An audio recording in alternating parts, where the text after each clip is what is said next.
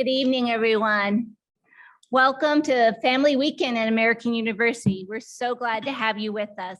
I'm Vicki Wilkins, Dean of the School of Public Affairs, and I extend a special welcome to the families of our first years who make up the remarkable class of 2026. We thought for Family Weekend that we would treat you to a very, very SPA experience. That's right, convening experts to talk about critical topics and events is our specialty here. So we invited you to this panel on the 2022 midterm elections, and we titled it Expect the Unexpected. With the election just 31 days away, we know there's a lot of ground to cover, and it's coming very soon.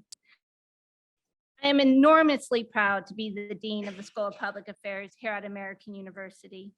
We celebrate the recent top 10 ranking that we received from US News and World Report. But we also recognize that the privilege of being a School of Public Affairs here in Washington, D.C. carries with it a huge responsibility. We are training the leaders that will guide and secure the future of our democracy. This weekend, you will feel the excitement on campus in SPA. Your students are hard at work in classrooms and the library. Activities and clubs are in full swing this semester, and as you were just there, the Kerwin lobby is a bustling hub of student activity. And we know our brilliant students are already out and about having a positive impact on our community, their newly adopted hometown, Washington, D.C. In SPA, our professors confront the world's most intractable problems, and our students have the remarkable opportunity to take part in that work as undergraduates. They're learning from and conducting research with leading scholars in their fields, and they are being challenged to think creatively about how to translate what they learn in the classroom to real-world problems. It's an exciting time here. SPA right now is better equipped than ever to set our students on their personal paths to provide education that sparks their curiosity, tests their convictions, and strengthens their character. Ultimately, that is our most important mandate, which has seen us through our long, almost 90-year history, and we'll carry it even forward in the future. Now to tonight's panel. We have a real treat for you. I'm proud to say that two members of tonight's panels include two outstanding SPA alums and people we have back in our community. Our moderator tonight is Betsy Fischer Martin. She's an alumna of SPA, earning her bachelor's degree here with us. But she's also a double eagle because she went on to earn a master's from the School of Communication. Betsy began her career at NBC News as a college intern. That's right, one of your students could follow the path like Betsy, and ended up working there for 22 years. She was the executive producer of the top-rated Sunday morning show, Meet the Press. We're extremely fortunate because we were able to bring Betsy back to AU as a professor in the government department and the executive director of the Women in Politics Institute. Another SPA grad is Amy Dacey. Amy earned her master's degree in political science with us. She went on then for 2 more decades when she managed prominent national organizations, advised leading elected officials and candidates, including President Barack Obama and Senator John Kerry, and counseled a variety of nonprofits like Emily's List and companies. We got lucky again, luck struck twice for us, and we were able to recruit Amy back to lead the Sine Institute for Policy and Politics. I'll put a plug in right now that everybody should watch for November 5th when we announce our next group of Sine Fellows for spring 2023. It's going to be a great list of folks that your students will have a chance to engage with.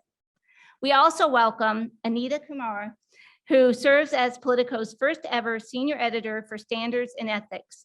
Working across newsrooms, she helps to produce ambitious journalism while focusing on accuracy, fairness, clarity, and nonpartisanship. A longtime reporter, she also covered the White House for 9 years, reporting on Joe Biden, Donald Trump, Barack Obama for Politico. Jonathan Martin joins us. He is a senior political correspondent for the New York Times, a political analyst for CNN, and the co-author of the New York Times bestseller, This Will Not Pass, Trump, Biden, and the Battle for America's Future. We were very lucky to have Jonathan on campus this summer to do a book talk, which our students got to take advantage of. Next, we have Zolan Kanno-Youngs. He's a White House correspondent covering a range of domestic and international issues for the New York Times, including he covers topics like Homeland Security and extremism, and he previously covered criminal justice at the Wall Street Journal. I learned today that in his spare time, he writes screenplays. So that maybe you'll talk a little about that, Zolan. But thank you for being here, and I'm going to turn over to our moderator, Betsy Fischer Martin. Thank you. Thank you so much, Dean Wilkins, and it's great to see so many students and parents here as well. I'm also the parent of a college student who is here tonight visiting from her fall break at TCU in Texas. And I will say there's a stark difference between Texas Parents Weekend, where the main attraction is the parent tailgate, and AU's Parent Weekend, where the main attraction is a panel on the midterm elections. You gotta love it though. Well, welcome to Washington. So I do have the all-star team with me though, all the starting lineup here of our MVPs. So we are happy to dive into this topic with you all tonight. And I guess maybe I'll start with Amy here, my fellow AU alum and director of the Sine Institute, just to give us a little bit of an overview of what's at stake in the midterm elections. In your opinion? Yeah, well, I won't keep anybody in suspense. Yes, it's the most important election of our lifetime, right? We seem to say it every time we have an election, but there is a lot at stake, certainly here in November.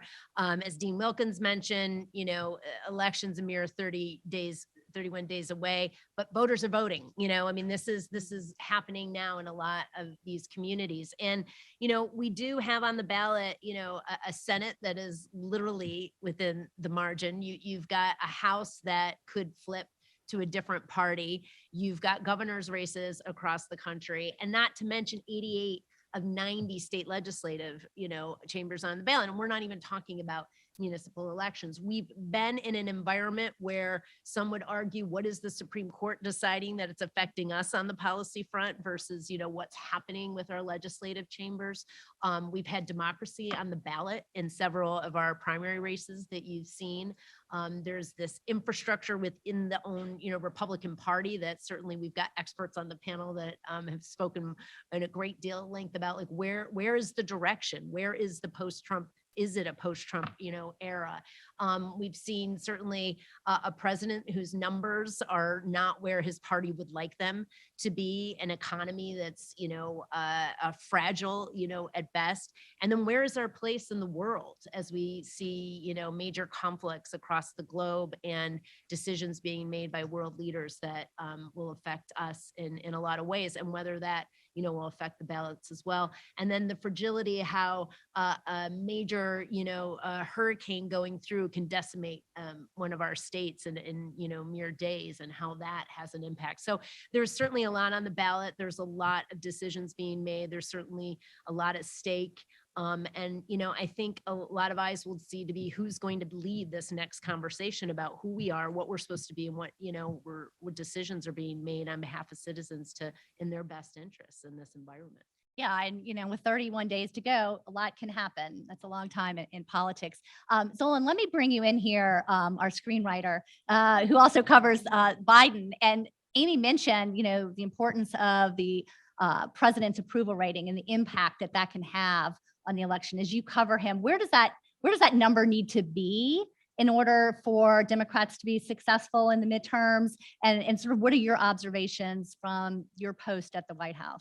I mean, the observations thus far are, well, one, the number is not anywhere where it needs to be now, to the point where we've seen kind of some ripple effects, including that candidates may not want to appear with the president when he's traveling to their district, which is something that I don't think the White House really expected probably earlier this year.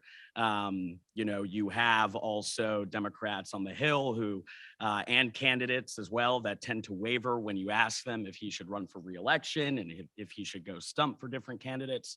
I mean, the direct impact on the midterms is when you have issues like inflation and the economic woes and high gas prices that have started to lower a bit in recent weeks, but that directly impact people like that. Those are issues that you can feel on a day-to-day basis.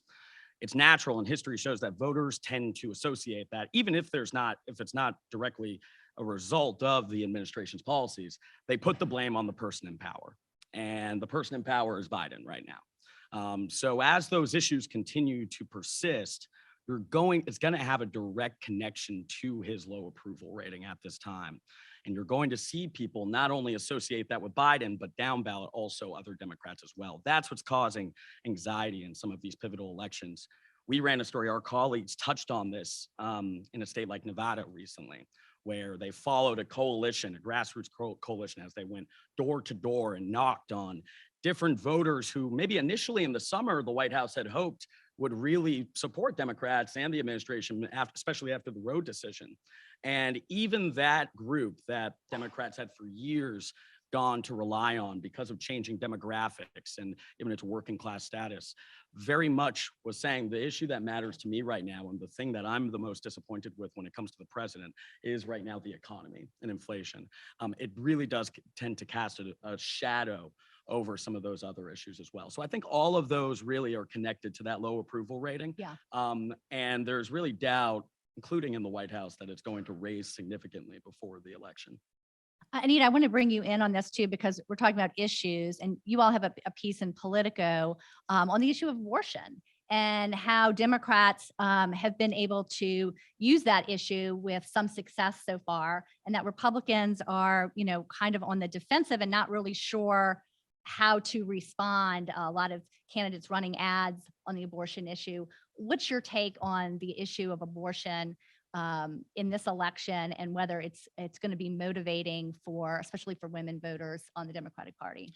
Yeah, well, we did see that it is a motivating factor for Democrats and for women in particular. We saw female voters or would-be voters, register more after the Supreme Court decision this summer. We saw a lot of enthusiasm by Democrats.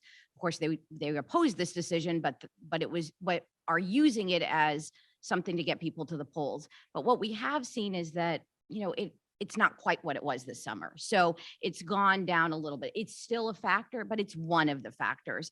When you look at some of the polls, when you talk to some of the people, they are talking about, as Zolan said, they're talking about the economy. They're talking about, Donald Trump. They're talking about a variety of issues. So I do think it's one issue. You mentioned the very interesting story we had today. And that story by one of my colleagues basically said that Democrats are using this issue in House races and races across the country. They put $25 million into ads opposing Republicans who are on all different spectrums on abortion. They're all in different places, but they're using this issue to say, don't vote for Republicans, vote for us. And what we've seen is, even though Republicans don't want to talk about this issue, they want to talk about immigration, and they want to talk about the economy, and they want to talk about crime. They've had to, in some cases, in some districts, fight back and say, push back on this particular issue. And it's interesting because they don't want to waste their money and their time talking about abortion. But if they don't talk about it, that's letting Democrats talk about it. And so they're kind of in a catch-22. They're trying to decide what to do. What we've seen is that mostly Republicans aren't talking about it, but it's really interesting that they found that they have to do it in some places, in some cases that they're feeling the heat on this issue and they've had to fight back. Can I add Yeah, one thing of on course, that of too? course. I think this issue and also the White House's messaging on this issue has also been really interesting to watch. I reported on a story that when the actual decision came out, I went to New Orleans to report on this story to visit you guys too. Hometown. But that when this decision came out, if you notice, for one, it's clear and it's been reported, the president himself has not always been comfortable talking about this issue. And that's clear from even his days in the Senate as well. Now he has changed and his policy positions have changed to obviously where it is now. But I think that it's very interesting that one, there is still some criticism about the extent to which the White House and the president is leaning into this issue and being blunt about the ramifications of it. That being specifically even mentioning the word abortion.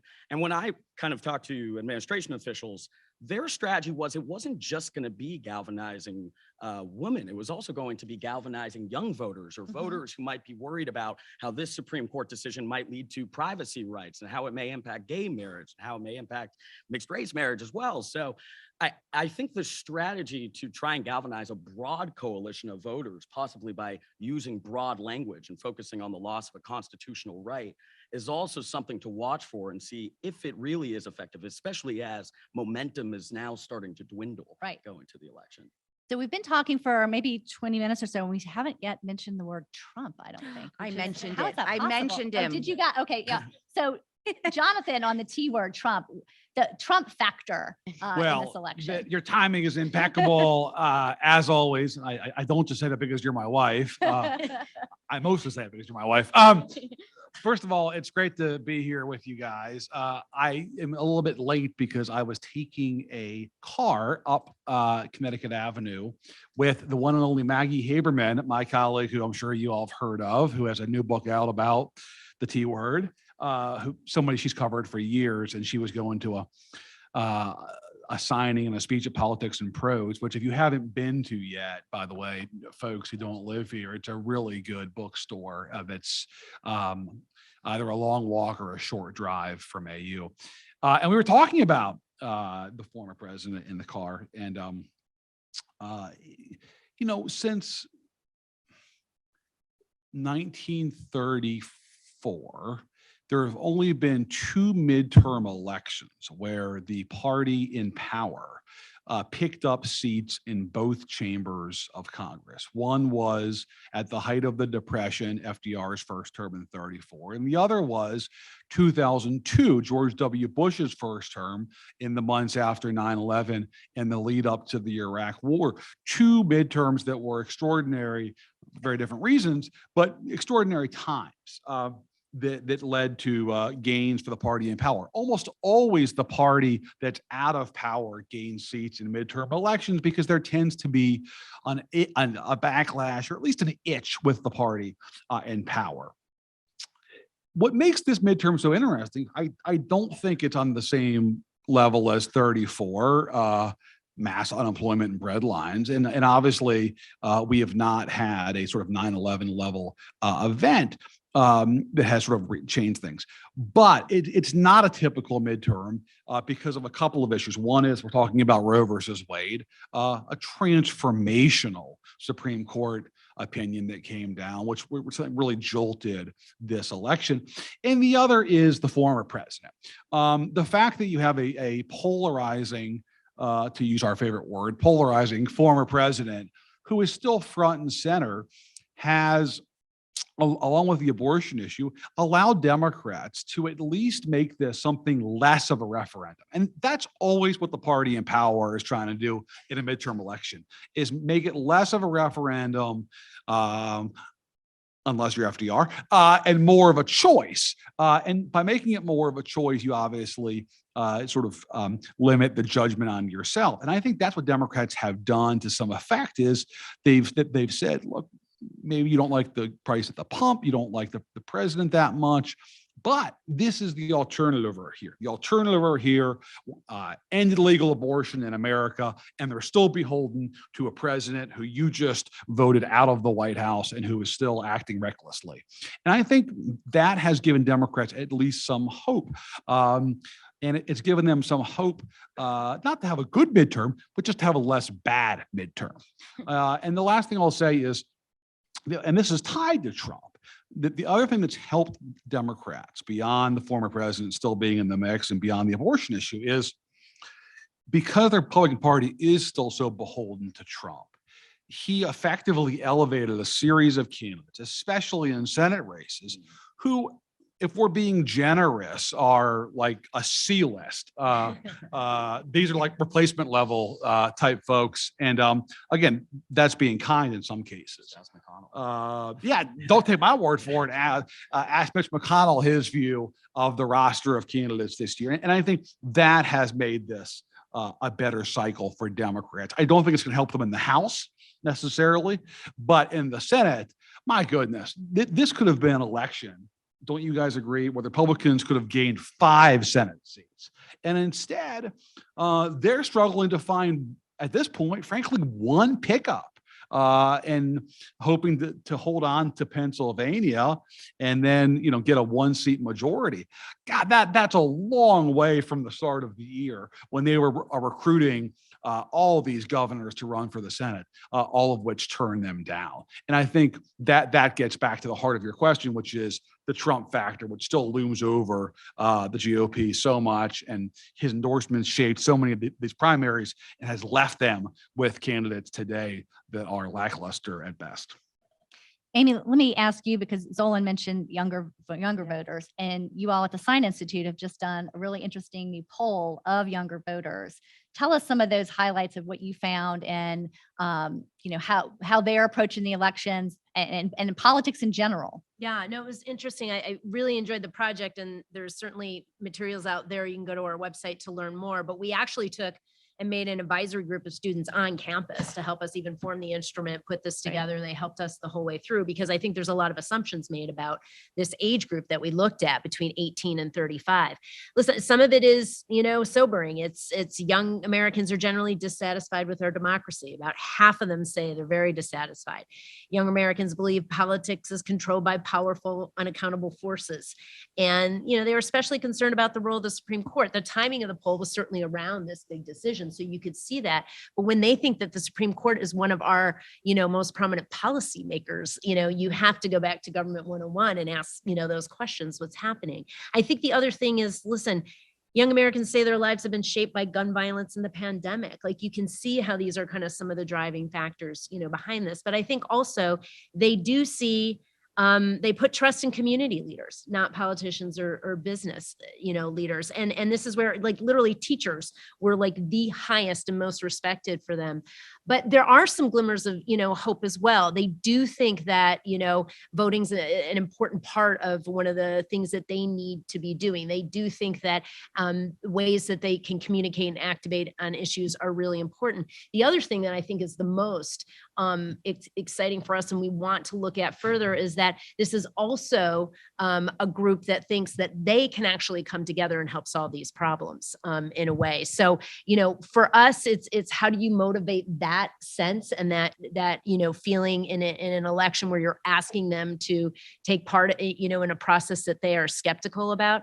But it's also interesting about, their views on social media in this, environment as well. And, some of that is, at the same time, they see it as something that they can use as an organizing tool and get their voice heard on some issues that they care about. They also see some of the dangers about it. And they're very aware, of the challenges about misinformation and, what's out there. So, for anybody, if I put my operative hat back on, is how do you get individuals who really distrust the system to try and become a part of the system, to do that. And I think there's a lot of work to be done, but this thought that they think there's ways they can come together, and there's issues that you see consensus more on, issues such as, sustainability. There's even on the choice issue, there was a closeness in this age group rather than in older age groups. But the other thing that was also really sobering, and going back to your point, is that they care about the economy. And if the economy is front and center in this conversation, like, how are they thinking about the people that are put in front of them and their decision to vote? So there's a lot there. I encourage you to kind of look at more, but it's a lot of the issues that are playing the day that are also driving how they will act in this election. And for the students here also, and parents, we are going to take some questions toward the end of this panel. So if you do have questions, start thinking of those.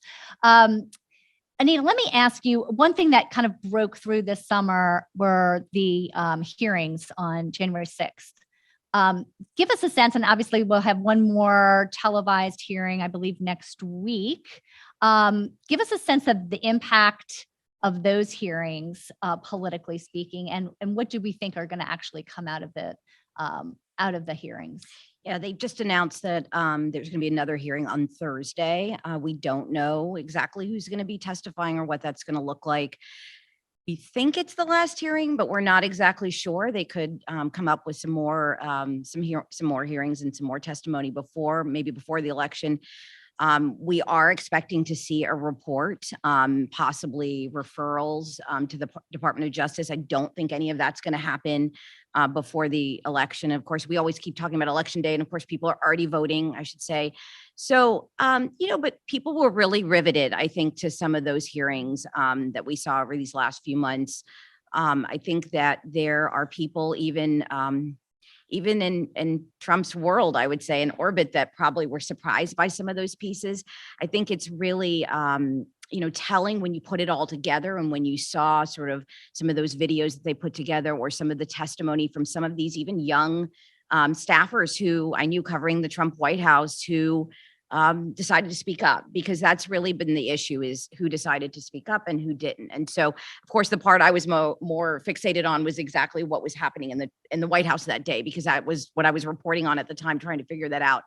I don't know how this really translates politically, because it's Trump. And so if if you're thinking about who to vote, I mean, most everyone has made up your mind on Donald Trump, right?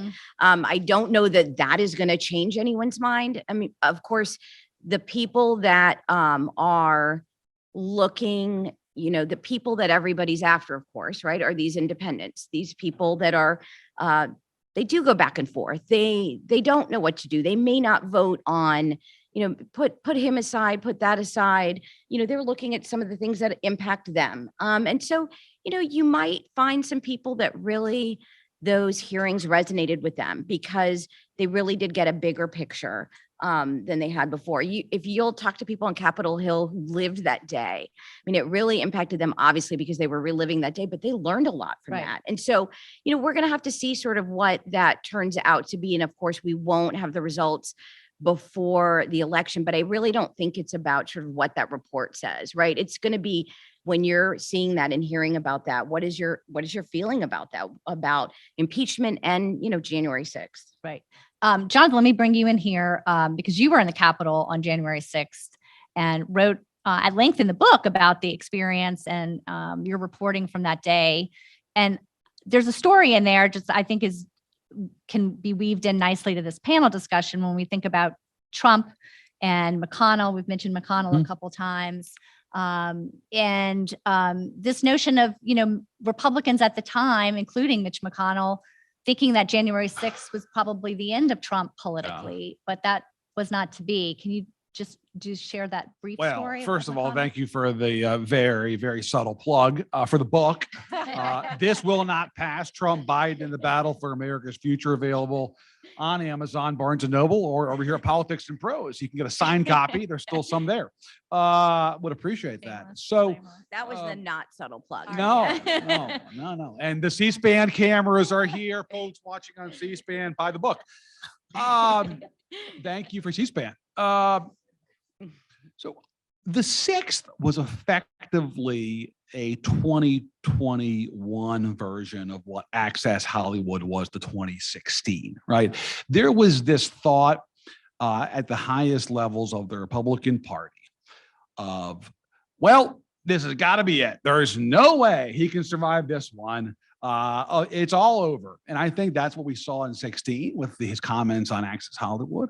And there was that 48-hour period where I think that was the conventional wisdom. And I think that was the case with January 6th. Well, the outgoing president, who refused to concede his defeat, incited a violent mob to storm the Capitol. Well, surely the American people will not tolerate that, and surely he'll be consigned to the ash heap of American history. Well, not so fast.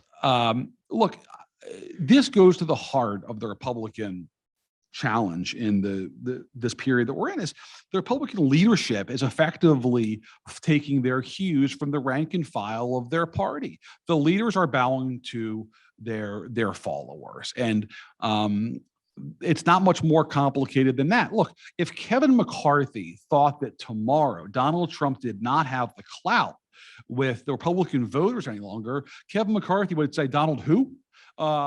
He'd forget about them. But they don't want to lose a primary, they being the leaders. So we had this remarkable situation where the leadership of one of our two major parties is completely contemptuous of the leader of their party, while the rank and file of the party largely still admires the leader. I mean, it's just that gap between the elites of the party and their view of Trump and the voters in the party.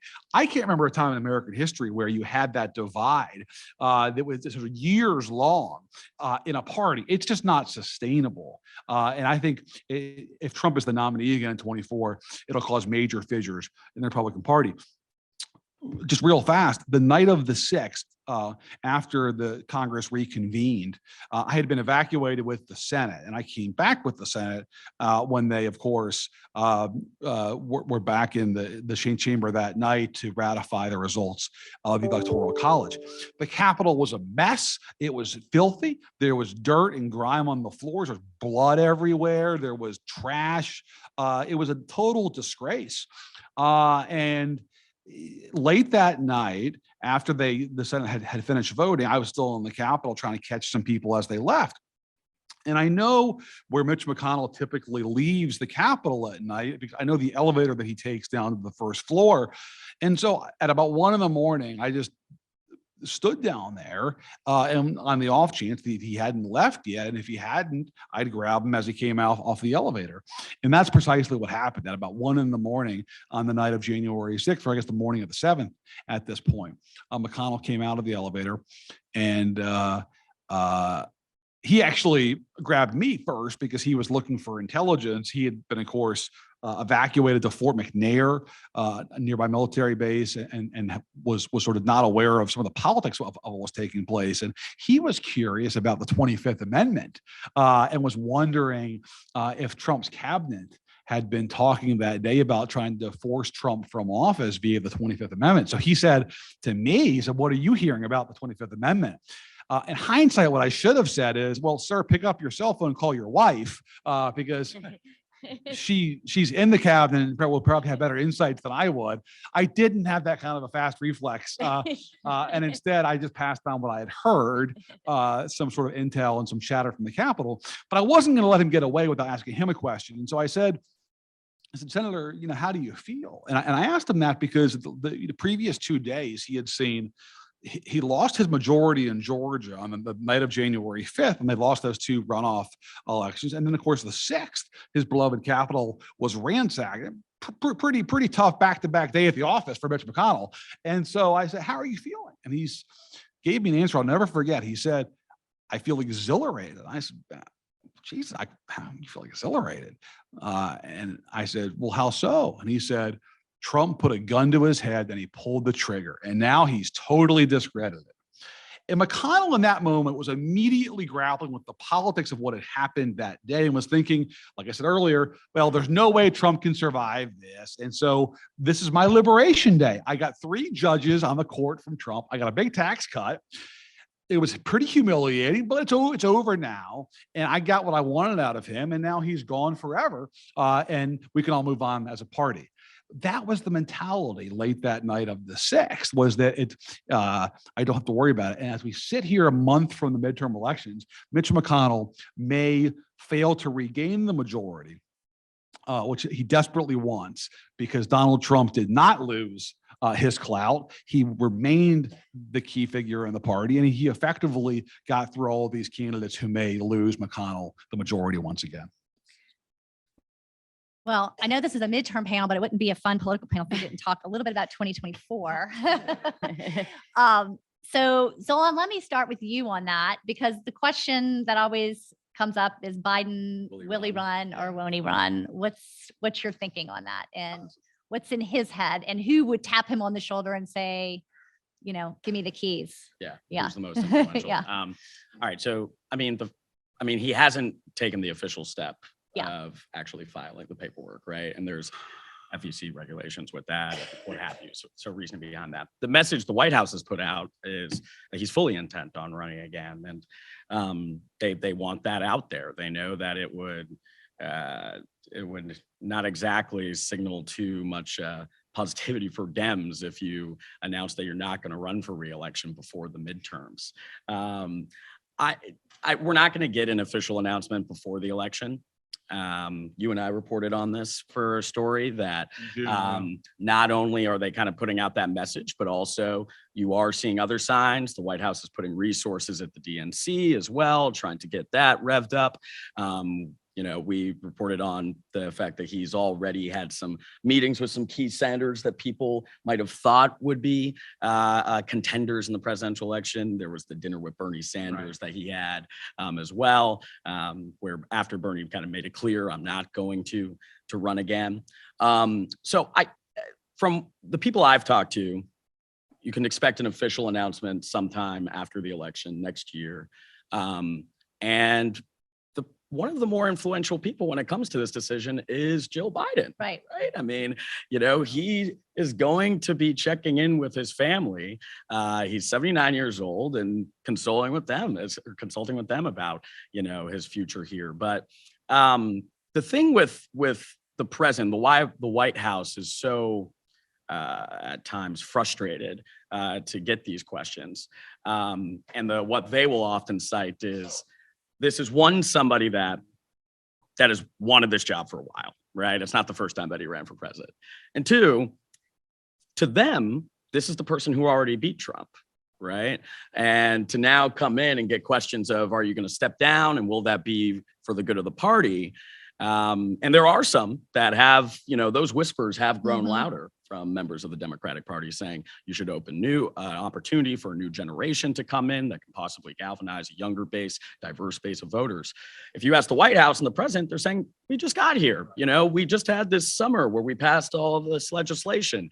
And we already beat the guy who likely going to be the contender. And that's the key point, is that so much of this with Biden is contingent upon Trump. Or there's this remarkable codependency between our two favorite octogenarians here in American politics, this sort of game of chicken that we're seeing play out in slow motion between Biden and Trump. That's the key question. Look, I'll be totally honest with you. The rationale for Biden to run again, it hugely depends upon Trump being the nominee of the Republican Party. All right. Because then Biden can say what Zolan just said is, I beat him once, I can beat him again. And we can't risk a messy primary when democracy itself's on the line. If Trump is not a candidate or isn't the nominee, it's, I think, a tougher sell for Biden, because then the party's going to say, well, we needed you to beat Trump as kind of like the emergency guy in 2020. But why are we going to nominate someone who's 82 if Trump isn't going to be on the ballot? The other thing that you go back to, too, you kind of wonder if Biden was doing himself any favors when he did say during the campaign, like, I'm going to be a bridge. Yeah, I'm going to be a bridge. It's a long bridge, folks. So you kind of have to wonder, like the Bay Bridge. And you wonder why you're getting these questions from people now. The other thing, just to note on Trump and whether it's Trump or not, I mean, we did, I will say, if you go back and read the stories of a certain visit the president made to Florida this week as well, and standing next to a certain governor there in Florida too, it was interesting. Some of the kind of tit for tat comments. It was mostly, focused on hurricane recovery. But if you look at these last few weeks, especially with the flying of migrants to Democratic strongholds and the president's strong kind of comments back at him for that, as well as kind of their comments while they were staying next to each other during that speech. I thought it was interesting and something to watch as well. Anita, what are the factors that Trump will be weighing right now in terms of his decision on whether he's going to run again? Yeah, it is. Gosh, it's, you didn't ask me, is he going to run? And it's a good thing you didn't, because 4 years of covering Donald Trump, and I will never predict anything. Nothing surprises me, though. I remember the end of the administration after he lost the election, but didn't say he lost, but before January 6th. So those last few weeks, there were a lot of people that were his advisors, still his advisors, who were saying he might not do it. Actually, he wants to continue to be a force. He wanted the attention. He wanted to matter. He wants to continue to matter. And they were kind of saying, he might not do it. But that's not what they're saying now, that he is wanting to run. It might be part of the Biden-Trump thing, that he does want to run, that he has had to, there have been people that have said to him, his advisors, don't announce before the midterms, which there was times, with him, it's hard to tell if it's like a fleeting moment where one day he decides one day he thinks about something and then it's gone. But he did think about announcing before the midterms. And I think that's probably not going to happen for a lot of reasons that, would not be good for his party. But, I think obviously he has a lot of factors in terms of with their political factors. He also has a lot of investigations going on right now. So for those not keeping track, he has a New York City criminal investigation. There's the New York State investigation that we just saw. The Attorney General filed suit about. There's obviously the investigation in Georgia into what did he do to try to change the election results. And of course, we've seen most lately, we've seen all this issue with the Department of Justice and these classified documents that he took, and did he take them all, and has he returned them all? So there's a lot going on there in terms of his family. And didn't even mention the January 6th hearings as well. So he's got a lot of factors. He's got a lot of things going on with his family, his business, himself. And I think those are all going to be a factor. It's just so hard for him to resist, though. He wants to show that he can win again. He wants to matter. I mean, I never would have imagined, just going back to your, Mitch McConnell, everybody thinking, they all thought it was over. I never would have believed that we would be 2 years in, almost 2 years in. And not only is he still a factor, this is the thing he didn't know if he could still get that attention, but he is the factor, right? He and his party, he is the leader of his party. So, I won't place any bets on it, but he does want to run. He's talking about running. He's thinking about when he wants to make that announcement. There are a lot of factors, though, out there politically, and of course with his family as well, and his business. Well, and does a decision to run help on any of, not on the legal front, but politically, those investigations? It's much easier, again, for him to say, you're coming after me for political reasons, a witch hunt if you're a candidate versus not a candidate, right? He has made, that is his thing that he's done. And he's done it with great success, in that he's taken everything that he's gotten, all the attacks, and he's turned it into a political win. I mean, he's even turned the impeachments into it's a witch hunt. So he will use that to his benefit for sure politically. That doesn't, of course, help him with whatever other consequences he faces, but he's already doing it. This is, anyone who's ever been to a Trump rally, maybe none of you have. I've been to many, many of those. Missing out, folks. That's the speech, right? It continues to be the speech. It was the speech, before he was elected, there people were after him, right? It was the speech for 4 years, and it continues to be the speech that look at what they're trying to do. And it does resonate with voters. It resonates with people across the country, not who are in elected office, but just rank and file people, voters across the country. They do think that. They do think that people are after him, that politicians are after him, and they are doing all these things because they don't like him. It's partisan. So he will use this, and he is using this. To be honest, Yeah. what Anita just mentioned too makes it, I'm somewhat surprised when I go back and read the comments from Republican members of Congress who thought that he would just fade away after January 6th, and thought that the support would just be gone. I mean, if you've been to a Trump rally or you've talked to some of these voters, there is a certain sense of loyalty to Trump and not necessarily the GOP as Right. well. And I think that's like, the big- I remember I was outside the Capitol on January 6th, but started at the Ellipse where Trump was giving his speech when he said to go down Pennsylvania Avenue. And I was interviewing a couple. They had been on and off. So they identified as independents prior to the Trump administration. And I asked them what they were going to do if Pence certified the vote. And they said, I'm leaving this party immediately. I don't even know if I'm going to participate in the system again.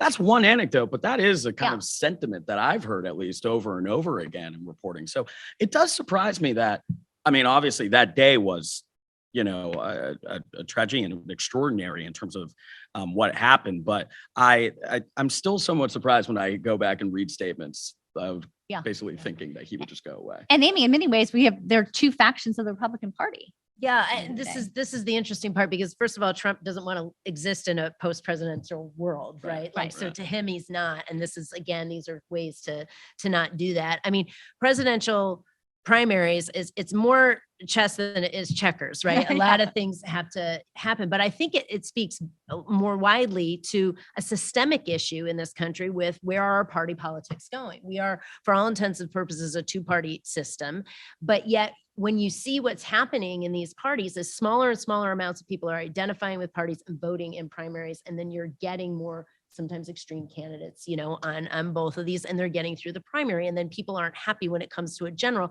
And to Anita's, point, if these independents are where they're making decisions for people they didn't even bring to the table, so I think for a lot of people, we have to look at this division between the party. It's not even, it's so quickly they'll walk away. Is it more personality politics? And so what are the values of these parties, and what is the core and the center? That's not to say that the Democrats don't have to have their own problems with, challenges within their own party. But the question is, if you're looking at this, and I think a really good point that you brought up is that you don't have all the time in the world. There is somebody who's been on the party side. There is a process, and there's how you get on these ballots in these states. For you guys who have I've been out on the candidate side of the trail. You've been out on the journalistic side. You see, there's a process that has to be put into place. So decisions will have to be made, in a way, but a lot of it is dependent on, this personality and what breath and life comes out of this. But it is a concern not only on the national level, but down ballot. I think that's why you saw some of the recruiting, in some of these states. It's interesting when, and you saw in Congresswoman Liz Cheney's race, it's 80,000, I don't think around 80,000, 100,000 people are deciding who's going to be, even their candidate, for this situation. So there's some systemic issues at play that we're seeing, as we decide who are the candidates that are going to be right in front of us in this election. Now we have some time for questions. So want to hear what's on your mind. We have a mic here. Oh, you have some mic? Okay, great. Any questions? We have one over here and then one back there too. Oh, right over here, Che. There you go.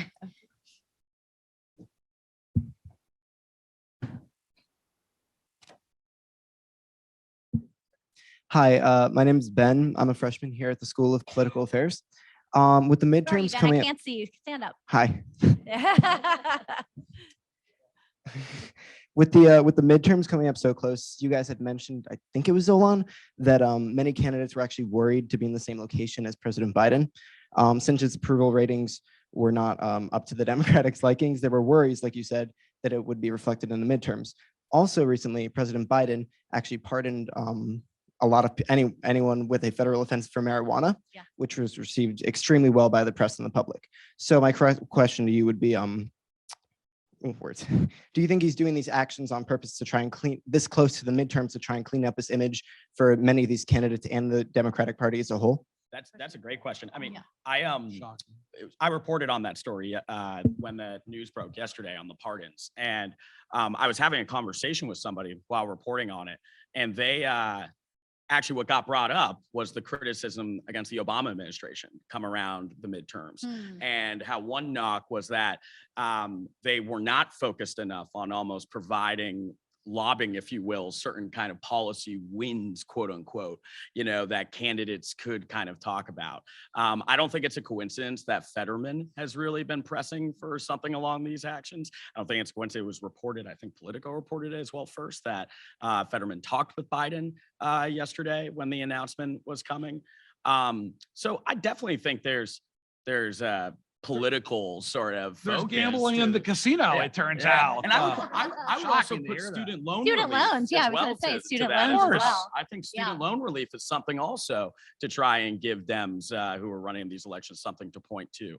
I would also say just stay tuned on more reporting in terms of those pardons. I'm still trying to clear up exactly the impact of that. Pretty small. I saw a stat that was in 2017, out of all federal drug possessions, there were out of 20,000, we put it in our story, 92 involved marijuana. Most of these cases federal. actually are state And local.